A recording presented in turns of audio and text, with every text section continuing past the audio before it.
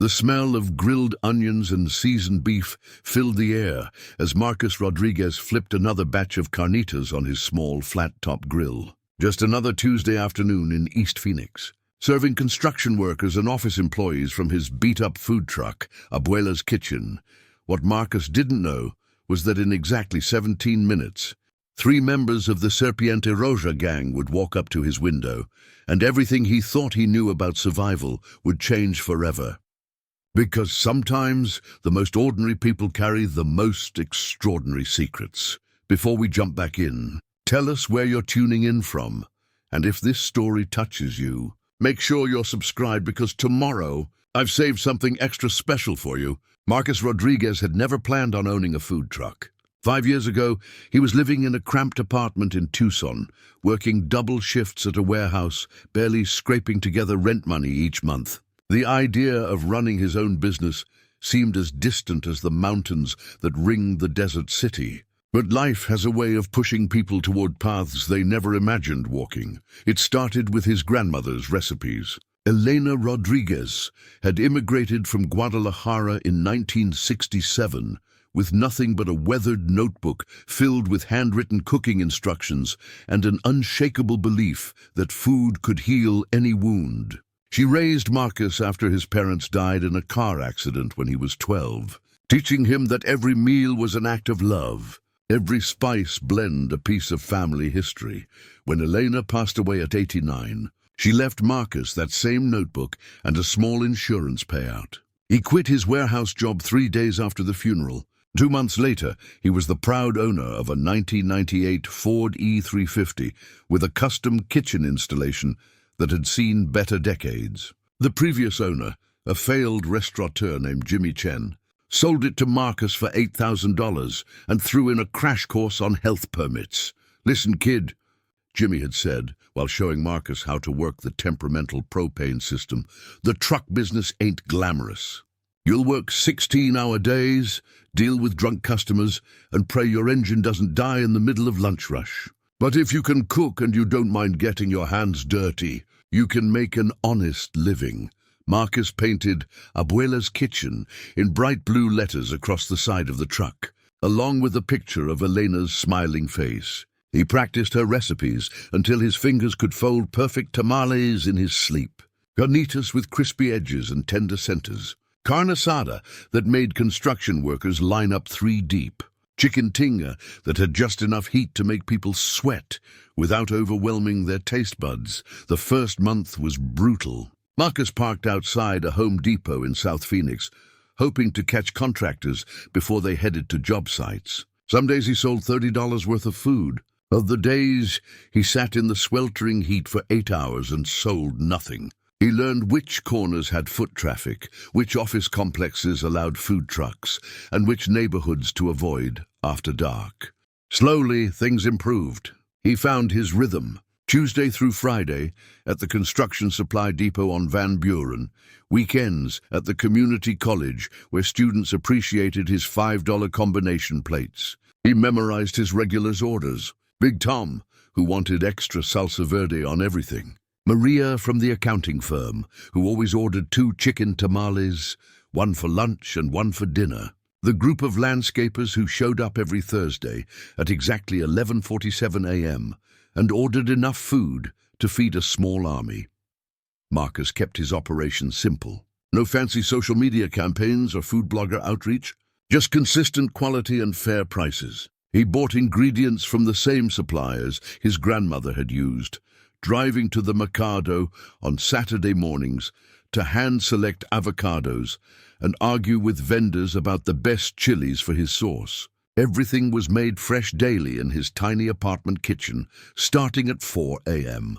By his 3rd year, Marcus had found his groove in East Phoenix. He'd discovered a perfect spot near the intersection of McDowell and 32nd Street, where office workers from the medical complex mixed with mechanics from the auto shops. The city inspector knew him by name. The beat cops would stop by for free coffee in exchange for keeping an eye on his truck during busy periods.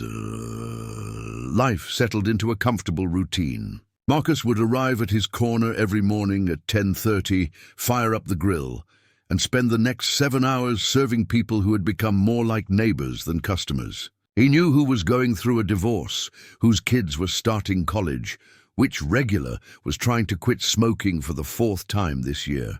The truck became an informal community center where people shared news and complained about traffic. The money wasn't spectacular, but it was steady. Marcus cleared enough to cover his expenses, send a little cash to his cousin in Tucson, and slowly pay down the loan he'd taken to buy the truck. He lived modestly in a 1-bedroom apartment 10 minutes away, drove a 15-year-old Honda Civic, and spent his free time reading military history books from the public library. That was Marcus's weakness, military history.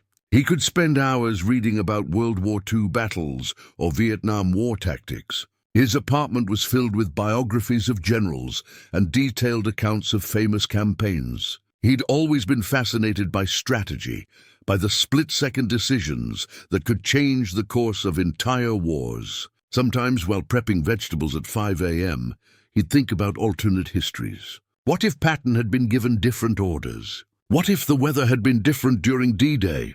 It was just a hobby, though. Marcus Rodriguez was a food truck owner who happened to enjoy reading about military strategy. Nothing more complicated than that. He wasn't the type of person who attracted attention or got involved in dangerous situations. He served tacos, collected payments, and went home to watch documentaries about the Battle of Gettysburg, which is exactly why what happened on that Tuesday afternoon caught everyone so completely off guard. Marcus was cleaning his grill, humming an old song his grandmother used to sing while cooking, when he noticed the 3 young men approaching his window. They moved with the careful coordination of people who had worked together before, scanning the area as they walked. Their clothes were expensive but practical, designer jeans and clean sneakers that could handle running if necessary. The first thing Marcus noticed was their eyes, cold, calculating, constantly moving. These weren't customers looking for lunch. These were predators sizing up prey. And Marcus Rodriguez, humble food truck owner and military history enthusiast, was about to discover that sometimes the past has ways of finding you. No matter how carefully you've built your quiet new life, the tallest of the 3 men reached Marcus's window first. He had intricate tattoos crawling up his neck, serpents intertwined with thorns, the signature artwork of the Serpiente Roja gang. His name was Diego Vasquez, though everyone in the neighborhood called him Flaco, despite his broad shoulders and thick arms. At 26, he'd already spent 4 years in state prison and had been running protection rackets in East Phoenix for the better part of 2 years. "Afternoon, chef," Diego said, his voice carrying the kind of false friendliness that made smart people nervous. "Heard you make good tacos."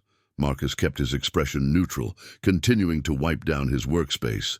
"Best in the area. What can I get you?" The second man, shorter but wider, positioned himself slightly to the left of the window. Carlos Moreno wore gold chains and a Lakers jersey despite the 100-degree heat. His reputation preceded him. Carlos was known for creative solutions to collection problems. People who owed the Serpiente Roja money and couldn't pay often found themselves in hospital beds, explaining to nurses why their kneecaps had been rearranged.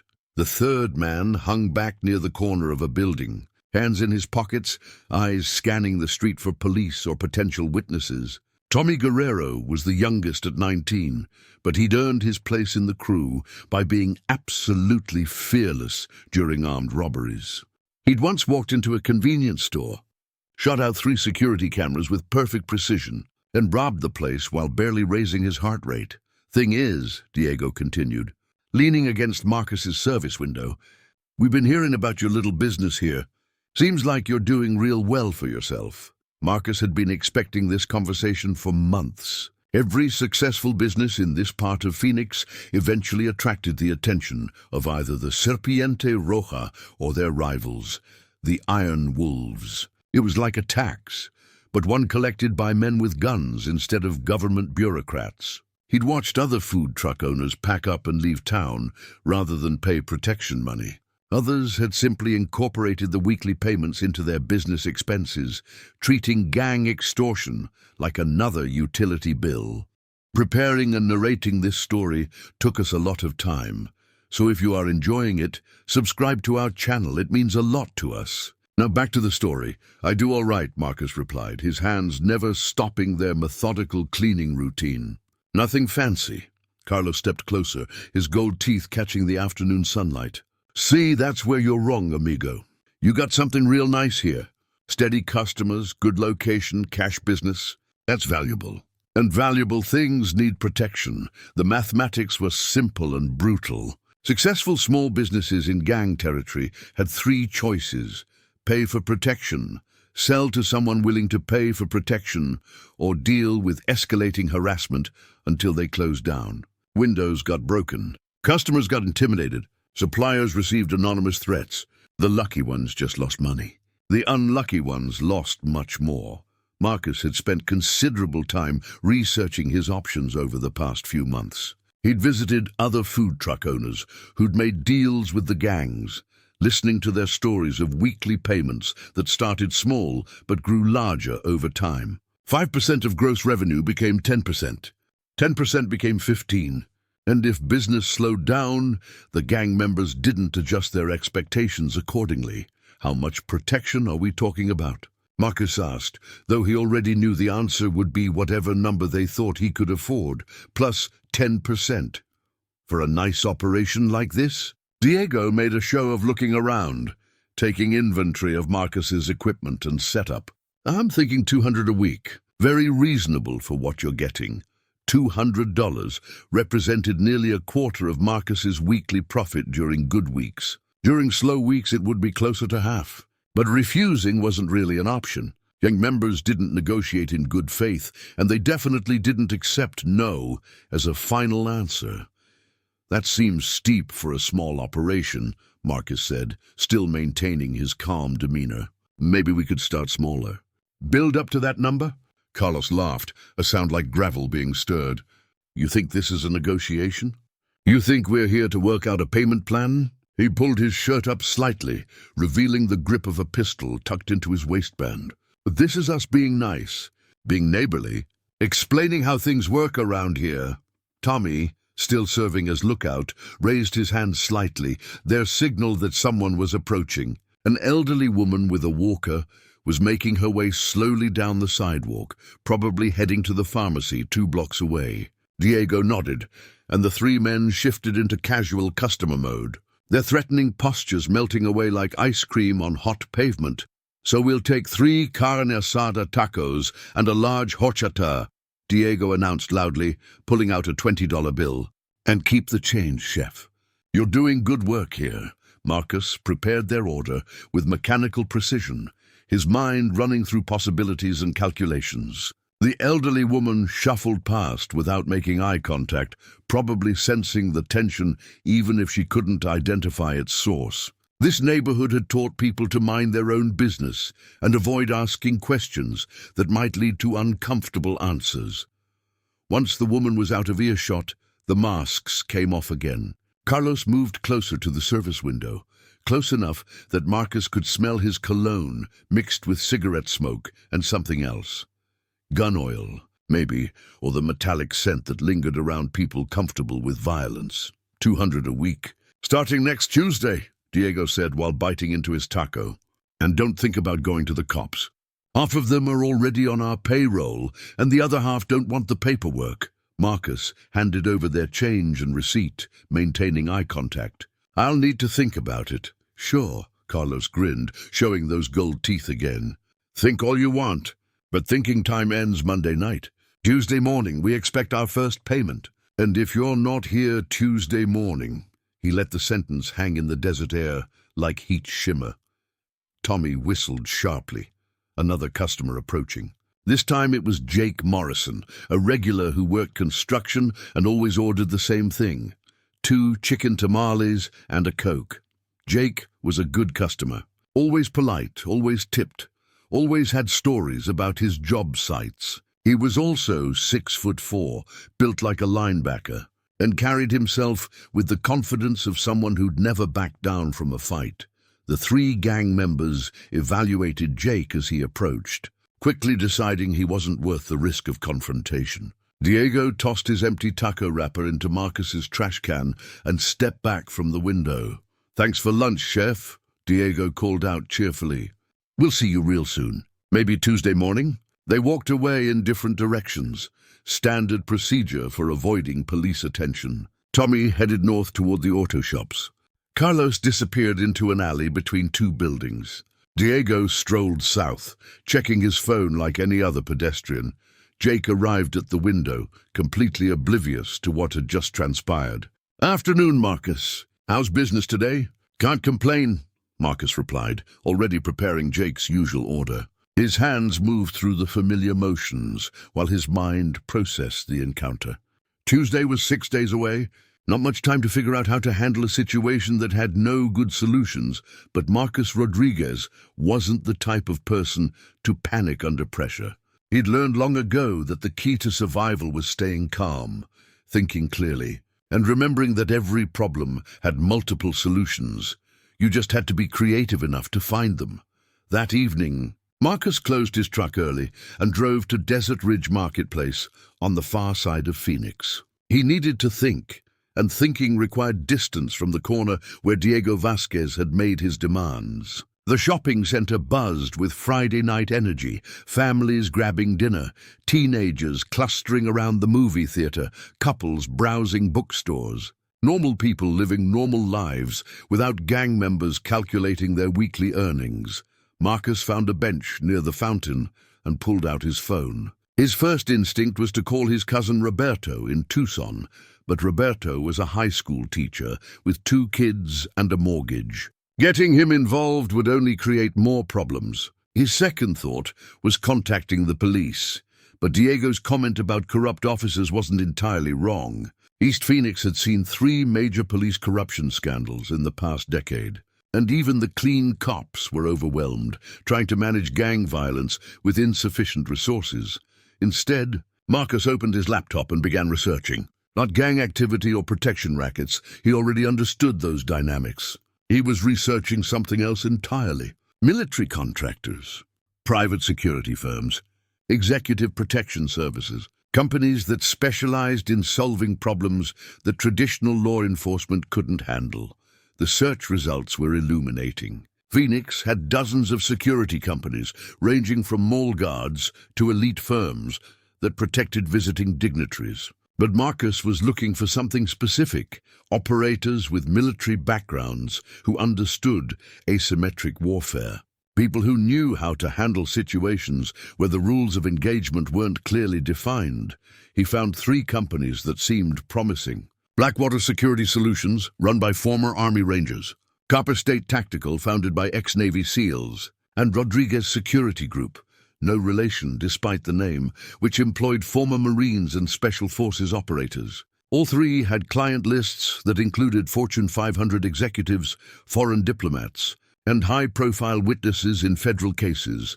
Marcus closed his laptop and walked to Barnes & Noble. He browsed the military history section, pulling books about unconventional warfare and counterinsurgency operations. The clerk, a college-aged woman with purple hair, looked puzzled when Marcus bought 7 books about guerrilla tactics and urban combat. "Writing a novel?" she asked while ringing up his purchase. "Something like that," Marcus replied. Saturday morning brought a steady stream of customers to his truck. Word had spread through the construction community that Marcus made authentic Mexican food, and his weekend location at Phoenix Community College attracted students who appreciated both quality and value. By noon, he'd sold out of carnitas and was running low on chicken.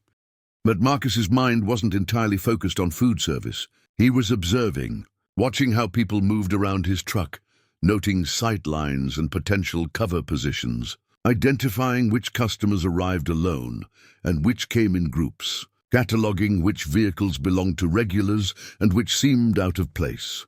Around 2 p.m., Tommy Guerrero appeared across the street. He wasn't being subtle about surveillance, probably didn't think he needed to be. Tommy bought a soda from a vending machine and stood in the shade, occasionally glancing toward Marcus's truck.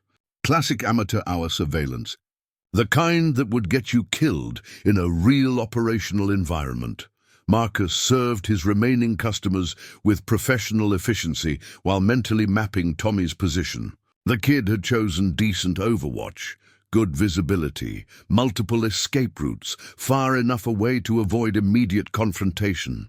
But he'd also positioned himself where Marcus could observe him just as easily. Mutual surveillance, each side gathering intelligence on the other.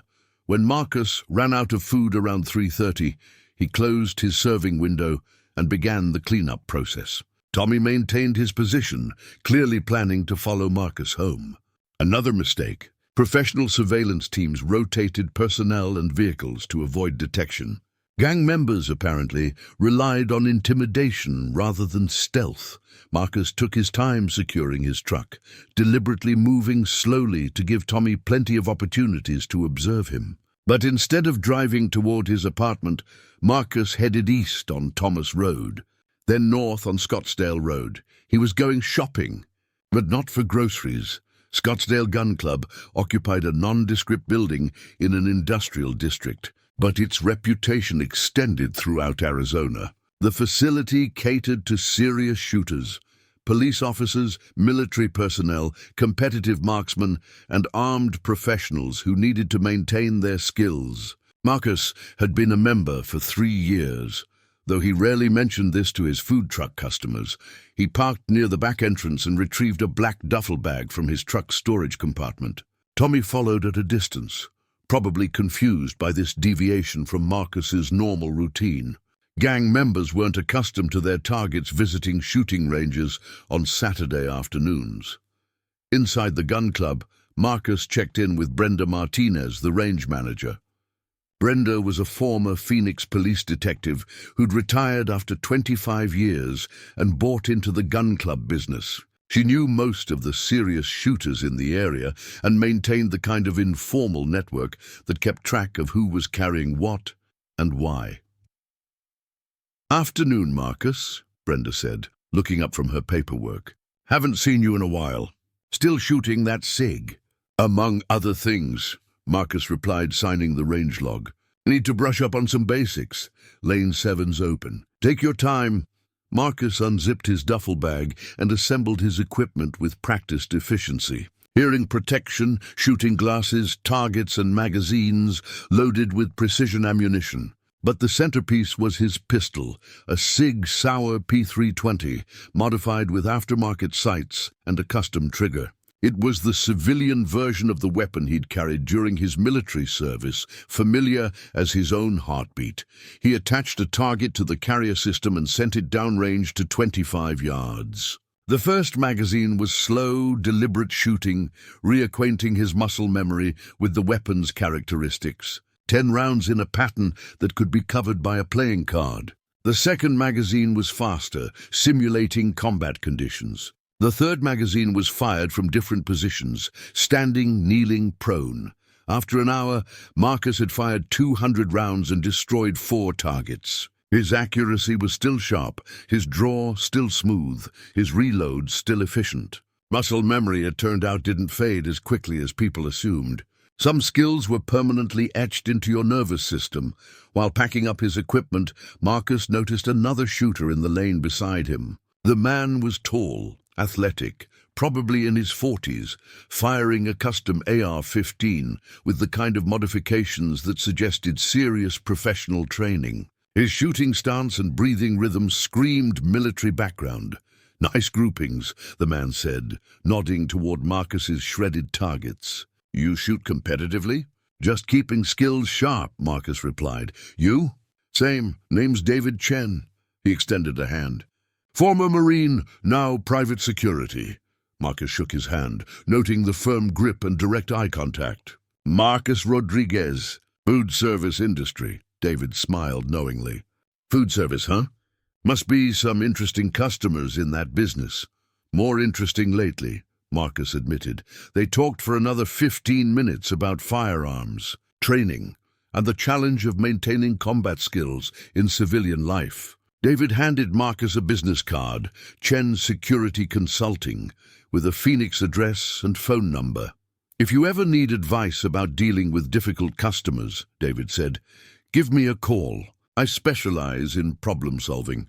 Outside the gun club, Marcus noticed that Tommy had given up surveillance and disappeared. Either the kid had gotten bored, or he'd seen enough to report back to Diego and Carlos. Marcus hoped it was the former, but prepared for the latter. Sunday passed quietly. Marcus spent the morning at his apartment, reading military manuals he'd downloaded from the internet. Tactical decision-making, small unit operations, rules of engagement in asymmetric warfare. The parallels between military operations and civilian self-defense were more extensive than most people realized. By Sunday evening, Marcus had reached a decision. He wasn't going to pay protection money to the Serpiente Roja. He also wasn't going to run away or close his business. Instead, he was going to solve this problem using skills he'd learned in another life, in another uniform, in places where the rules were different and the stakes were measured in lives rather than dollars. Monday morning would mark the beginning of the end of this situation, one way or another. Monday morning arrived with the kind of oppressive heat that made Phoenix summers legendary. By 6 a.m., the temperature was already climbing toward triple digits, and the weather forecast promised another scorching day. Marcus arrived at his usual corner 30 minutes early, but instead of immediately firing up his grill, he conducted a thorough reconnaissance of the area. The intersection of McDowell and 32nd Street had become as familiar to him as his own apartment, but now he studied it with different eyes. Professional eyes. He noted the placement of security cameras on the medical complex, the blind spots created by parked cars, and the natural choke points where pedestrians had to funnel through narrow spaces. Every doorway became a potential position. Every parked vehicle became mobile cover. The auto repair shop across the street opened at 7 a.m. Marcus watched the mechanics arrive, observing their routines and personalities. Big Jim Kowalski, the shop owner, was a former army mechanic who'd served 2 tours in Iraq. His employees were a mix of young guys learning the trade and older men who'd been turning wrenches for decades. They were good people, hard-working, honest, the kind of neighbors who'd call police if they saw something suspicious.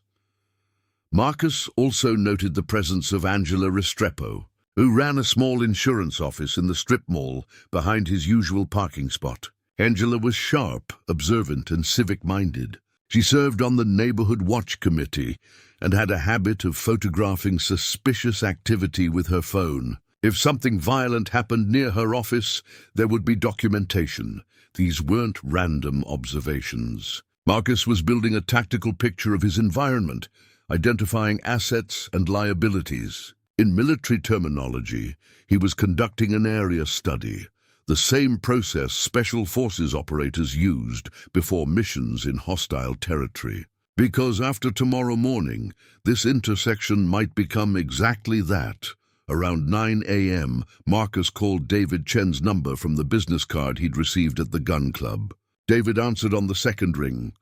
"Chen Security, this is Marcus Rodriguez. We met at the range Saturday. The food service guy. What can I do for you?" "I need advice about a customer relations problem. Could we meet this evening?" "How serious is this problem?" Marcus watched a police cruiser drive slowly past his truck, the officer giving him a casual wave. "Serious enough that I'm calling professionals for guidance. Starbucks on Camelback and 44th Street, 8 o'clock tonight. I'll be the guy reading a newspaper." The rest of Monday passed in careful observation and preparation. Marcus served his regular customers while mentally rehearsing scenarios. He identified which patrons might be in danger if violence erupted, planning how to direct them to safety. He calculated response times for police and paramedics. He studied the behavioral patterns of every person who approached his truck. Around 2 p.m., Carlos Moreno appeared at the bus stop across the street. Unlike Tommy's amateur surveillance, Carlos was more subtle, pretending to check his phone while keeping Marcus's truck in his peripheral vision. He'd positioned himself behind a group of teenagers waiting for public transportation. Using them as human camouflage, Marcus continued working, but he was now certain the Serpiente Roja was conducting reconnaissance before tomorrow's collection attempt. They were mapping his routine, identifying his vulnerabilities, probably planning their approach route. Standard predator behavior: observe the target, identify weaknesses, execute the attack. But Marcus had advantages they didn't know about. 23 years of military experience, advanced training in personal protection, close quarters combat, and tactical decision-making. Most importantly, he understood something that most civilians didn't: the difference between being a victim and being a hard target. Victims react to violence. Hard targets control it. At 4 p.m., Marcus closed his truck early and drove to a sporting goods store in Tempe. He purchased items that seemed innocuous to casual observers but would serve specific tactical purposes. A small mirror that could be angled to watch his blind spots. Reflective tape that would help him navigate in low-light conditions. A tactical pen that functioned as both a writing instrument and defensive weapon. He also bought a prepaid cell phone and activated it with cash. If tomorrow's confrontation escalated beyond verbal threats, he'd need communication capabilities that couldn't be traced back to his regular phone number. That evening, Marcus arrived at Starbucks 15 minutes early. He ordered black coffee and selected a table that provided good visibility of both entrances while keeping his back to a solid wall. Old habits from places where situational awareness meant staying alive. David Chen arrived precisely at 8 p.m., carrying a newspaper and wearing casual clothes that couldn't quite disguise his military bearing. He was the kind of man who would always look like a professional soldier, regardless of what uniform he wore. "Thanks for meeting me," Marcus said as David sat down. "No problem. Tell me about your customer relations issue." Marcus outlined the situation without mentioning names or specific locations. Gang members demanding protection money. Implied threats of violence. A Tuesday morning deadline? David listened without interruption, occasionally asking clarifying questions. "How much experience do you have dealing with this type of situation?" David asked when Marcus finished. "Some, different context, but similar principles." David studied Marcus's face, probably recognizing the careful language that veterans used when discussing classified operations. "What kind of different context?" "The kind where rules of engagement were clearly defined and backup was always available." "I see. And now you're operating as a civilian, with civilian constraints." "Exactly." David pulled out his phone and showed Marcus a photo of 3 men standing beside an expensive sedan. Marcus recognized Diego Vasquez immediately. The other 2 were unfamiliar, but their body language and positioning screamed gang affiliation. "Serpiente Roja," David said. "We've been tracking them for 6 months. They're expanding their protection racket throughout East Phoenix. Police know about it, but they don't have enough evidence for prosecution." "You work with law enforcement?" "Sometimes, when interests align." David put his phone away. "These particular individuals have been problematic for several of our clients. Business owners who refuse to pay suddenly find themselves dealing with escalating harassment." Marcus sipped his coffee, processing this information. David's company wasn't just providing security advice, they were actively monitoring gang activity. That suggested either law enforcement connections or private intelligence gathering. Both possibilities were useful. "What kind of solutions do you typically recommend?" Marcus asked. "Depends on the client's capabilities and tolerance for risk. Some prefer relocation. Others choose enhanced security measures. A few select more proactive approaches." The phrase "proactive approaches" carried implications that Marcus understood perfectly. David was offering options that extended beyond traditional security consulting. The question was whether Marcus was prepared to cross lines that couldn't be uncrossed. "Timeline might be an issue," Marcus said. "They're expecting payment tomorrow morning. That doesn't leave much room for conventional solutions." David leaned forward slightly. "What specific outcome are you hoping to achieve?" Marcus considered his words carefully. "I want to continue operating my business without interference.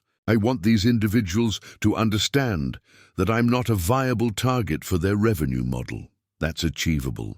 But it requires them to believe that harassing you will cost more than it benefits them. How do we demonstrate that calculation? David smiled, and for the first time, Marcus saw the predator lurking behind the professional consultant facade. There are ways to educate people about risk management. Some are more memorable than others. They talked for another hour, discussing tactics and contingencies. David had resources that Marcus lacked: surveillance equipment, backup personnel, connections with local law enforcement. But Marcus brought skills that David's company needed: operational experience in high-stress environments and the ability to remain calm under extreme pressure. By the time they parted ways, they had an agreement. David would provide technical support and intelligence. Marcus would handle direct engagement with the gang members. If things escalated beyond verbal confrontation, they both understood that rules would change quickly. Driving home, Marcus felt something he hadn't experienced in years: the focused clarity that came before combat operations. Tomorrow morning would determine whether Marcus Rodriguez remained a simple food truck owner, or whether Captain Marcus Rodriguez, former U.S. Army Special Forces, a veteran of 3 combat deployments, would have to surface from the quiet life he'd built in Phoenix. Either way, the Serpiente Roja was about to learn that some prey fought back. Marcus arrived at his corner at 5:30 a.m., 3 hours before his normal schedule. The pre-dawn darkness provided cover for final preparations that couldn't be conducted under daylight scrutiny. He positioned the small mirror David had provided beneath his service counter, angled to give him a clear view of the intersection behind his truck. The tactical pen went into his front pocket. The prepaid phone, fully charged, was clipped to his belt. Most importantly, Marcus had made a decision about his Sig Sauer P320. It remained locked in his truck's hidden compartment, loaded but secured. He wouldn't carry it during the confrontation. Too many legal complications if things went wrong. But it was available if the situation deteriorated beyond verbal threats and intimidation. By 6 a.m., Marcus was conducting his normal prep routine, but his movements carried military precision that hadn't been present during previous weeks. Every action served multiple purposes. Arranging ingredients also created clear sightlines. Cleaning surfaces positioned equipment for rapid access. Testing propane connections ensured he could shut down operations quickly if necessary. David Chen's surveillance van arrived at 7:15, parking 3 blocks away with a clear view of the intersection. Marcus couldn't see the vehicle, but his earpiece crackled with David's voice. Overwatch in position. I count 2 civilians near your location. Both appear to be regular commuters. The weather's clear. Visibility is excellent. Marcus touched his collar twice, the signal that he'd received a transmission. The earpiece was nearly invisible, disguised as a hearing aid. Anyone watching would assume Marcus had minor hearing difficulties, not that he was coordinating with professional security personnel. The morning proceeded normally for the first 2 hours. Regular customers arrived seeking breakfast burritos and coffee. Big Tom ordered his usual extra salsa verde. Maria from the accounting firm bought her customary 2 chicken tamales. The group of landscapers showed up at exactly 11:47 a.m., maintaining their weekly precision. But Marcus noticed details that would have escaped his attention a week earlier. A sedan with tinted windows had circled the block twice without stopping. 2 men in expensive sneakers had walked past his truck 3 times, each time glancing at his setup before continuing down the street. A woman with a phone had positioned herself near the bus stop, occasionally photographing his truck. Multiple surveillance assets confirmed. David's voice whispered through the earpiece. Primary targets approaching from the south. ETA approximately 5 minutes, Marcus acknowledged, with another collar touch while serving a customer. His pulse remained steady, his hands calm. This was familiar territory now, the minutes before contact. When training took over and everything became clear and simple, Diego Vasquez appeared first. walking with the same casual confidence he'd displayed during Friday's initial approach. But today his movement patterns were different, more focused, more purposeful. He'd positioned himself to approach Marcus's truck from the blind spot created by a parked delivery van. Carlos Moreno emerged from the auto repair shop across the street, having apparently spent the morning observing Marcus's routine from inside Big Jim's garage. His positioning was tactical, close enough to support Diego, far enough away to avoid immediate confrontation if things escalated quickly. Tommy Guerrero took an overwatch position on the second floor of the medical complex, visible through a window that provided excellent sightlines to Marcus's truck. In his hands was what appeared to be a camera with a telephoto lens, but Marcus suspected it might serve other purposes. "Target assessment complete," David's voice reported. "Primary subjects in position. You have multiple civilians in the danger zone. Recommend we proceed with Option Alpha." Option Alpha was their code for de-escalation through demonstration of superior capability.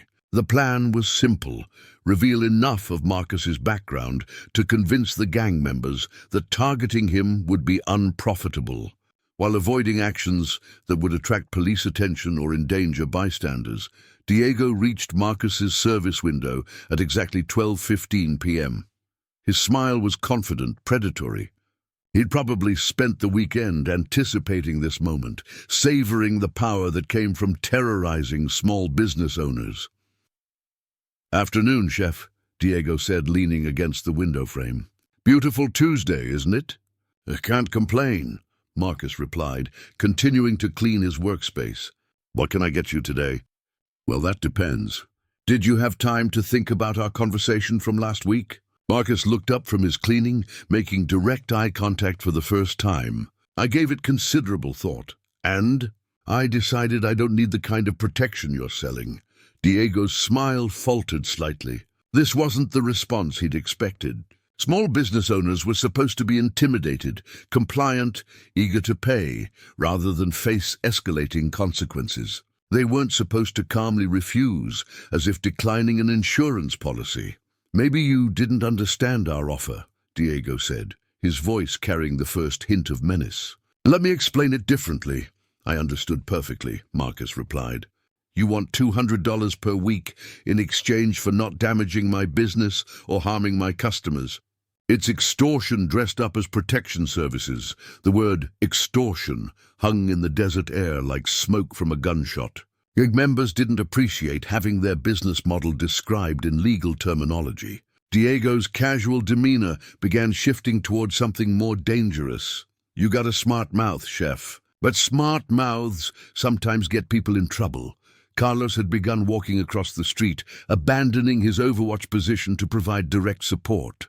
His hand was inside his jacket, probably gripping the pistol Marcus had glimpsed during their previous encounter.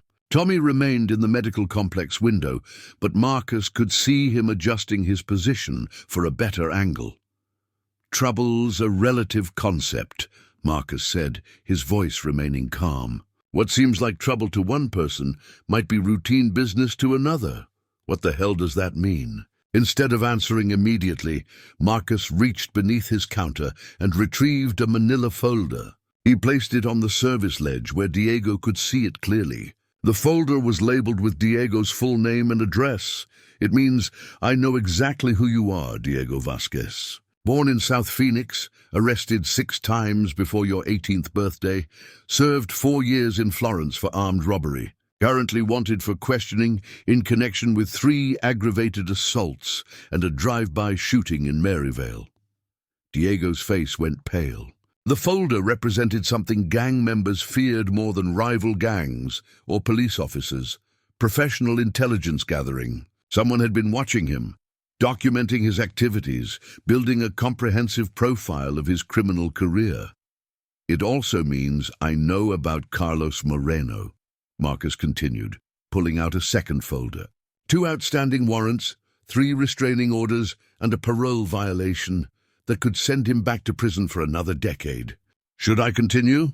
Carlos had stopped halfway across the street, suddenly uncertain about approaching Marcus's truck. The situation was deteriorating rapidly, but not in the direction the Serpiente Roja had anticipated. They were accustomed to intimidating targets, not being intimidated themselves. "Who the hell are you?" Diego demanded, though his voice lacked its previous confidence. Marcus reached beneath his counter again, this time retrieving a military challenge coin, the kind given to Special Forces operators who completed particularly difficult missions. The coin's design was unmistakable to anyone familiar with military insignia: crossed arrows over a combat dagger, surrounded by the motto "De Opresso Liber." "Captain Marcus Rodriguez, United States Army Special Forces," Marcus said quietly. "3 combat deployments, 2 Bronze Stars, specialist in direct action operations and foreign internal defense." The revelation hit Diego like a physical blow. He'd assumed Marcus was a typical small business owner, soft, civilian, unprepared for violence. Instead, he was facing a professional soldier with extensive combat experience and apparently significant intelligence resources. "Counter-terrorism operations in Afghanistan," Marcus continued, his voice taking on the flat, matter-of-fact tone that military professionals used when discussing classified missions. "Took down high-value targets that were considered untouchable. Planned and executed raids against insurgent cells that had been operating successfully for years."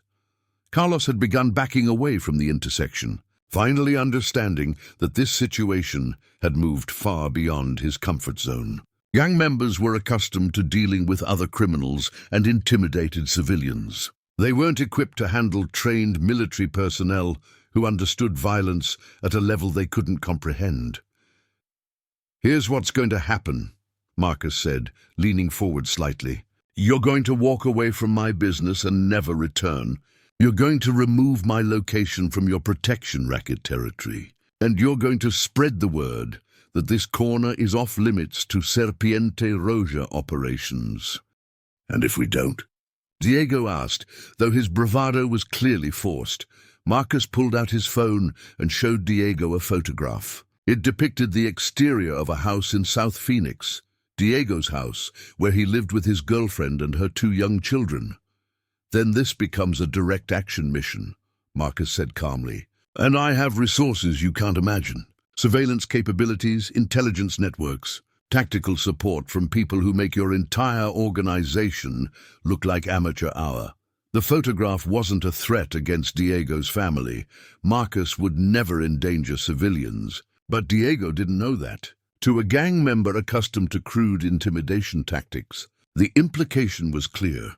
This man could reach him anywhere, anytime, despite whatever security measures the Serpiente Roja employed. "You're threatening my family?" Diego's voice cracked slightly. "I'm explaining operational capabilities," Marcus replied. "The difference between a threat and a demonstration of resources. You threatened my business. I'm showing you why that was a miscalculation." Through his earpiece, Marcus heard David's voice. "Tommy's moving. Looks like he's heading for the stairs. Might be trying to relocate or abandon the position." Marcus touched his collar twice, acknowledging the intelligence while maintaining eye contact with Diego.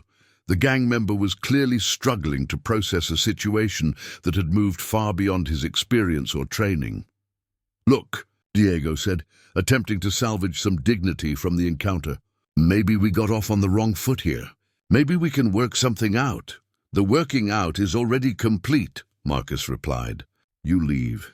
You don't come back. You tell your associates that this location is protected by people they don't want to meet." Carlos had retreated to the auto repair shop, probably calling for backup or instructions from higher-ranking gang members. But Marcus wasn't concerned about reinforcements. David's surveillance had confirmed that the Serpiente Roja operated with small cells, not large groups.